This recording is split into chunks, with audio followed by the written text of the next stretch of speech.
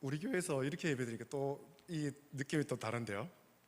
네, 감사합니다. 디모데후서 2장 14절부터 19절까지 말씀으로 온전한 그리스도인으로 준비시키기 제목으로 하나님 말씀을 이 시간에 함께 나누도록 그렇게 하겠습니다.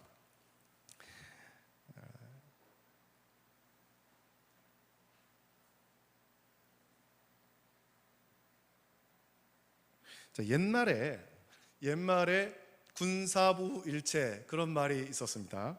지금도 있죠. 군사부 일체, 임금과 스승과 부모의 은혜는 같다, 그런 의미입니다. 나라의 임금을 존중하고 스승을 귀하게 여기며 부모 존경하는 것을 좋은 예의로 가르쳤습니다. 이 중에 오늘 우리는 스승에 관한 부분을 좀 함께 말씀을 나누려고 합니다. 옛날에는 스승을 존경한다라는 그런 의미에서 스승의 그림자도 밟지 않는다, 그렇게 했죠. 스승을 그토록 존경하는 이유는 스승을 통해서 제자는 좋은 가르침을 받기 때문입니다. 그래서 어떤 스승을 만나느냐에 따라 제자의 삶이 달라지기도 합니다. 그래서 고대 그리스에서는 배우려는 젊은이가 좋은 스승을 찾아서 배웠는데, 여기에서 오늘날 멘토라고 하는, 그렇게 부르는 관계가 시작된 거예요. 멘토와 멘티의 관계가, 젊은 청년들이 좋은 스승을 찾아가서 그들과 교제를 나누면서 그들에게 배우는 거죠. 인생에서 좋은 스승을 만나는 것은 아주 큰 복입니다. 여러분 기억에 남는 좋은 선생님이 있습니까? 지금까지 일생을 살아오면서 내 인생에 큰 영향을 준, 좋은 영향을 준, 지금까지도 기억나는 좋은 선생님 있으십니까? 좋은 선생님의 예로 저는 이분을 좀 생각하면 좋을 것 같습니다. 미국의 유명한 맹농아이자 저술가, 사회사학가였던 헬런 켈러라는 분이 있습니다. 여러분 다 아시죠? 이분은 어릴 때 큰 병을 앓아서 보지도 듣지도 못하게 되었습니다. 헬런 켈러의 부모는 그래서 자녀를 가르치기 위해서 선생님을 구하는데, 앤 설리번이라는 분이 헬런 켈러를 가르치게 되었습니다. 이분도 좀 장애를 겪었던 분인데 5살 때 트라코마라는 병에 걸려서 시각에 이상이 왔고 시각 장애인으로 살아야 했지만 훗날에 이제 수술을 받아서 시력이 회복되었습니다. 이분이 장애를 겪었기 때문에 장애인의 고통을 누구보다 잘 알고 있던 앤 설리번은 보지도 듣지도 못하는 헬런 켈러를 전심으로 가르쳤습니다. 보지 못하고 듣지 못해서 가르치는 것이 무척 어려웠지만 헬런 켈러의 손바닥에 알파벳을 쓰는 방법으로 영어를 가르쳤고, 헬런 켈러를 위해서 시각장애인 학교에 함께 등교하고 대학에 함께 진학하기까지 한 거예요. 그래서 어쩌면 평생을 그 옆에서 같이 따라다니면서 분신처럼 따라다니면서 하나하나 가르쳐 준 거죠. 헬런 켈러에게 이런 앤 설리번은 그냥 좋은 선생님 이상이었죠. 보지도 듣지도 못해서 아무 희망이 없었지만 앤 설리번이 이 사랑과 헌신으로 가르쳤고 자기 딸처럼, 정말 사랑하는 자기 딸처럼 가르쳤기에 헬런 켈러는 맹농아인이지만 훗날 책도 쓸 수 있었고 사회 사업가도 될 수 있었습니다. 헬런 켈러는 자기를 사랑으로 가르친 앤 설리번 선생님을 너무 사랑해서 자기가 이제 나이가 들어서 나중에 세상을 떠난 후에는 먼저 세상을 떠난 선생님 앤 설리번의 묘 옆에 자기를 좀 묻어달라, 그렇게 유언을 남겼고 실제 앤 설리번의 묘 옆에 헬런 켈러의 묘를 그렇게 앉혔습니다.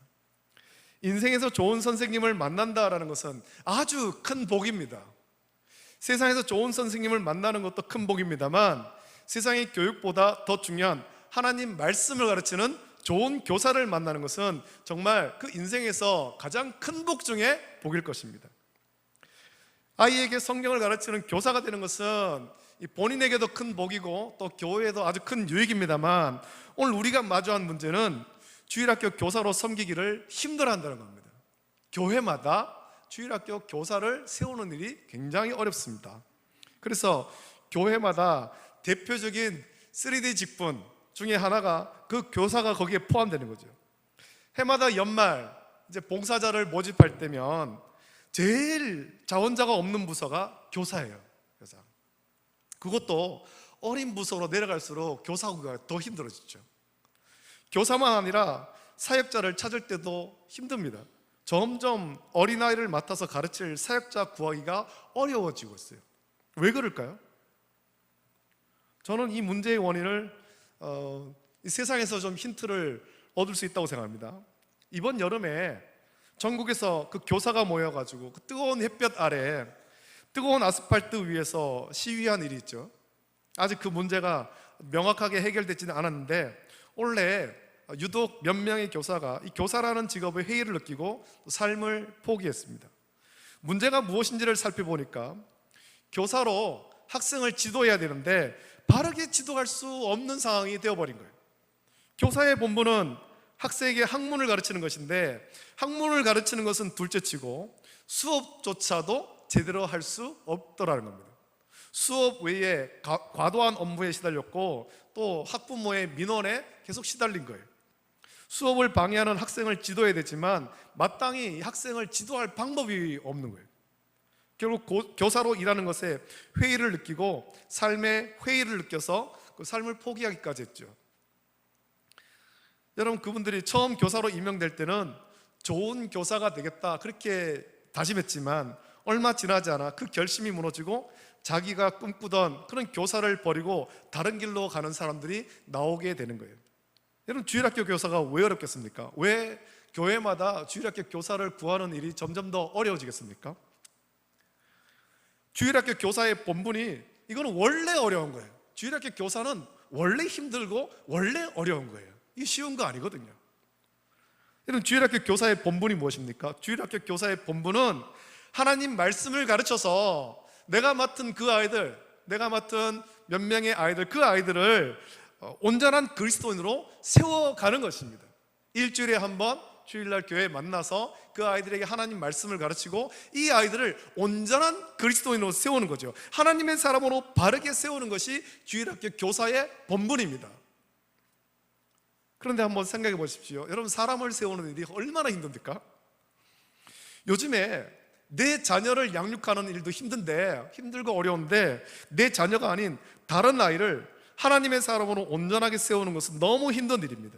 이거는 소명 없이는 할 수 없는 일이기 때문에 주일학교 교사는 힘들고 어려운 일인 겁니다.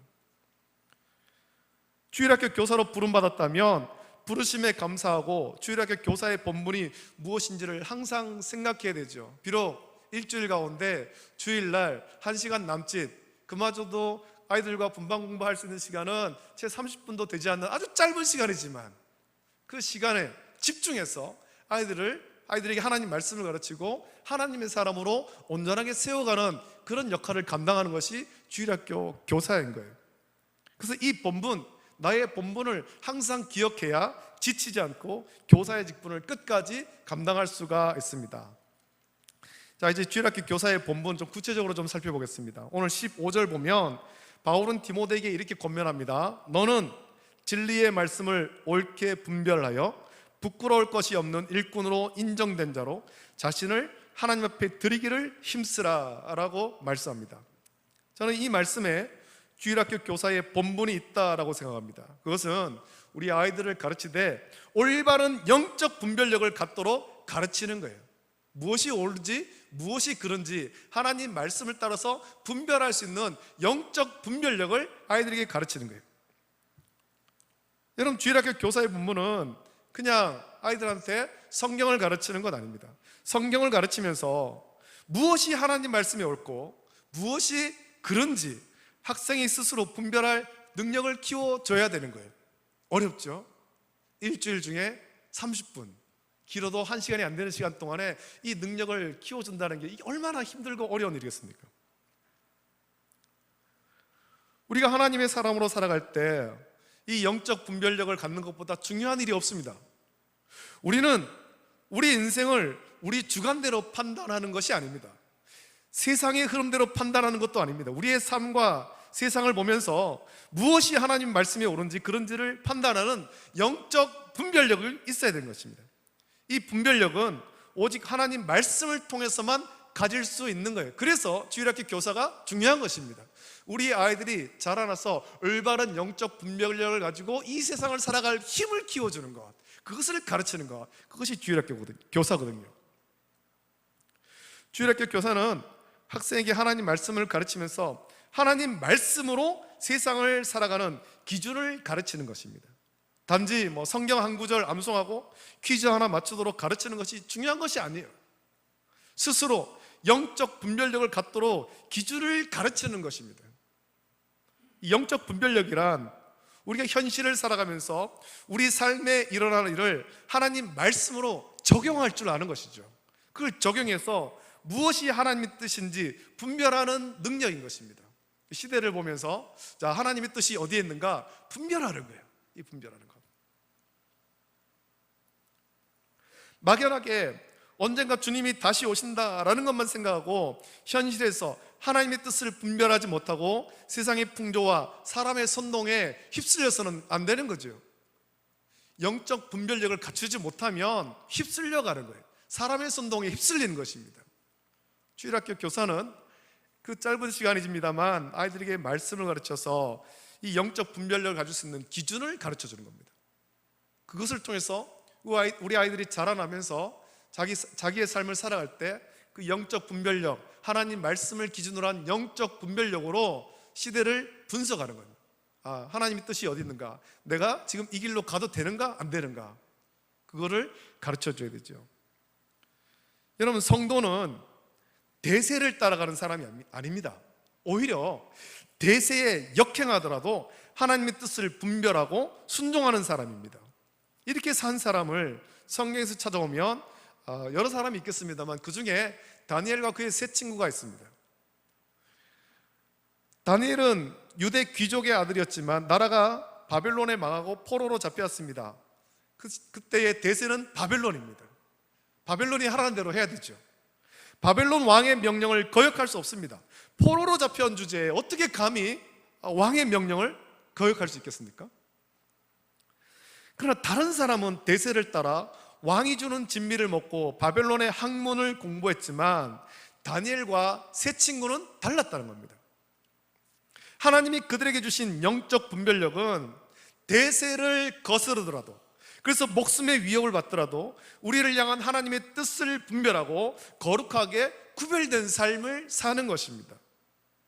다니엘이 이런 영적 분별력을 가지고 세상에 휩쓸려가지 않고 거룩하게 구별된 삶을 살았기에 하나님은 다니엘과 세 친구들에게 지혜와 학문을 주시고 다니엘에게는 모든 꿈을 읽고 해석하는 능력을 줬고 그것을 시대에 정확히 적용하고 해석할 능력을 주신 것입니다. 여러분, 하나님의 말씀을 옳게 분별한다, 이건 절대 쉽지 않습니다. 하나님 말씀을 바르게 분별하려면 먼저 바른 말씀을 배워야 하죠. 바른 말씀을 배우지도 않고 진리를 바로 분별한다라는 것은 불가능합니다. 여러분, 한국교회에 좋은 목회자가 세워지는 것도 중요합니다만 각 교회마다 좋은 교사가 세워지는 것이 저는 훨씬 더 중요하다고 생각합니다. 그 좋은 교사를 통해서 우리 아이들이 말씀을 배우고 말씀을 배운 그 아이들 가운데 한국교회에 중요한 지도자가 나올 수도 있는 거예요. 그래서 주일학교 교사가 중요한 거죠. 그래서 먼저 각 교회에 세워진 교사가 하나님 말씀을 잘 배워서 하나님 말씀에 정통하고 맡은 아이에게 하나님 말씀만을 바르게 가르치면 우리 아이들이 하나님 말씀을 바르게 배우고 하나님 말씀을 옳게 분별할 능력을 갖추기 때문이죠. 하나님 말씀을 바르게 배운 학생은 배운 하나님 말씀을 자기의 삶에 적용하고 현실에서 하나님 말씀에 순종해서 하나님의 사람으로 온전하게 자랄 수 있습니다. 왜 그렇습니까? 바른 하나님 말씀을 좋은 선생님에게 배웠기 때문에. 자, 그렇다면 이제 교사가 아이를 가르칠 때 무엇을 가르쳐야 될까요? 어떻게 가르쳐야 될까요? 바울은 몇 가지를 말씀하죠. 가장 중요한 것은 하나님 말씀을 가르치는 것인데 어떤 태도로 해야 될 것인가에 대해서 말씀합니다. 몇 가지를 버리라고 했는데 말다툼을 하지 말고 망령되고 헛된 말을 버리라 라고 했습니다. 이런 말다툼이 일어나는 이유는 상대가 객관적으로 받아들일 수 없는 이 주관적인 생각을 가르치기 때문이죠.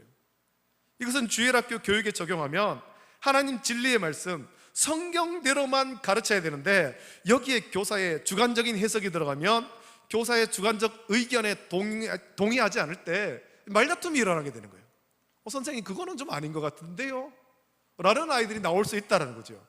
그렇지 않으려면 성경대로만 가르치면 되는 겁니다. 성경대로만.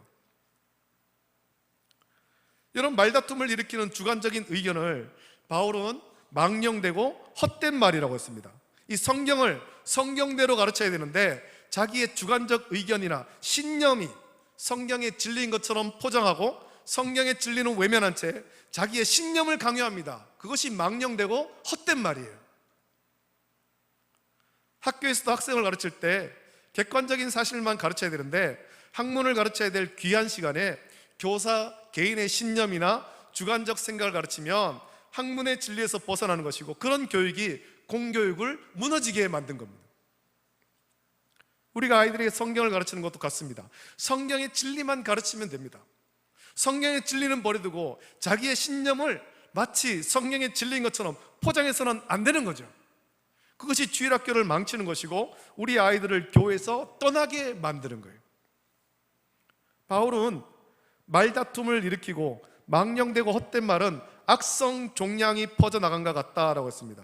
여러분, 악성 종양, 대한민국 성인의 사망 원인 1위가 그 질병이 악성 종양 아닙니까? 암이잖아요. 건강하던 사람도 급성으로 이 악성 종양에 걸리면 손쓸 겨를이 없습니다. 말다툼을 일으키고 망령되고 헛된 말은 우리에게 배우는 아이가 온전한 믿음을 갖지 못하게 망치는 악성 종양과 같은 거예요. 그런 생각을 하는 사람이라면 절대로 교사가 되어서는 안 되는 거죠. 바울이 편지를 보내며 이런 사람과 어울리지 말라고, 이런 사람은 교회에서 쫓아내라 라고 말한 사람이 몇 사람 나오는데 오늘 본문에 두 사람이나 나옵니다. 후메네오와 빌레도라는 사람이죠. 이들은 성도를 망치고 교회를 망치는 사람이기 때문에 교회에서 쫓아내야 될 사람이에요. 망령되고 헛된 말을 하고 말다툼을 일으키는 거죠. 아니, 성경대로 믿으면 되는데 자기의 주관과 자기의 신념을 가지고 성경의 진리를 왜곡하고 사람들을 미혹하는 거예요. 그들이 말다툼을 일으키는 망령되고 헛된 말을 보십시오. 진리에 관하여 그릇되었다라고 말하죠. 그것은 부활이 이미 지나갔다라고 주장해서 어떤 사람들의 믿음을 무너뜨렸다라고 말합니다. 망령되고 헛된 말, 부활이 이미 지나갔다, 이런 말로 말다툼을 해서 교회 안에서 몇몇 사람들을 믿음에서 떨어지게 만든 거죠. 성경의 진리와 전혀 다른 주장했습니다. 그것은 그들의 신념이었고 그들의 거짓말에 불과한 겁니다. 이런 사람이 교회를 망치고, 이런 사람이 주일학교를 망치고, 이런 사람이 다음 세대를 망치는 거예요. 사람을 세우는 것은 매우 가치 있는 일이지만 또한 굉장히 어려운 일이죠. 또 사람을 가르치고 세울 때 여기저기서 간섭받는 일도 많습니다. 또 누군가를 가르칠 때 내 마음대로 하고 싶은 유혹도 많이 생깁니다. 그런 간섭과 유혹 때문에 교사의 본분을 잃어버리고 낙심하고 변질하기도 합니다. 그래서 끝까지 좋은 교사로 섬기기가 어려운 거예요. 그러나 교사라는 직분이 없으면 우리 아이들을 하나님의 사람으로 온전하게 세울 수가 없습니다. 부모가 좋은 교사가 되는 것은 마땅합니다만 또 주일학교에 좋은 교사가 세워져서 우리 아이들에게 진리의 하나님 말씀을 잘 가르쳐야 되는 겁니다. 일주일 중에 1시간도 채 안 되는 짧은 시간입니다만 이 시간이 너무나도 귀한 시간인 것이죠. 이 시간에 우리 아이들을 하나님의 사람으로 온전하게 세워가는 그 귀한 시간인 겁니다. 교사는 이 한 시간을 위해서 주중에서부터 헌신하는 겁니다. 아이들을 위해서 기도하고 또 말씀을 준비하고 가르칠 공과를 미리 공부하면서 준비하는 거죠. 그렇게 아이들을 잘 가르쳐야 우리 아이들이 하나님 말씀을 옳게 분별하고 그 말씀으로 자기의 삶에 적용하며 하나님의 뜻을 분별해서 이 땅에서 거룩하게 구별된 하나님 자녀로 살아갈 능력을 갖추게 되는 겁니다. 세상에 휩쓸리지 않고 세상 풍조에 휩쓸려가지 아니하고 대세를 따라가지 않고 오히려 역행하면서 하나님 말씀만 붙잡고 살아가는 온전한 그리스도로 세워지는 것입니다. 여러분, 그렇게 가르치려면 교사가 먼저 잘 준비되어야 되는데, 진리의 말씀 위에 여러분 굳게 서십시오.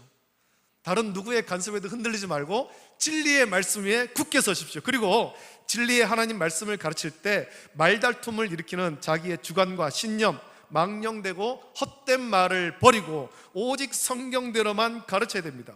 그러면 진리의 하나님 말씀이 아이들 속으로 들어가서 그 말씀이 아이들을 변화시키고 진리의 하나님 말씀을 잘 배워서 하나님 뜻을 분별하고 적용하며 순종하는 아이를 통해 한국교회는 든든하게 세워져 갈 것입니다.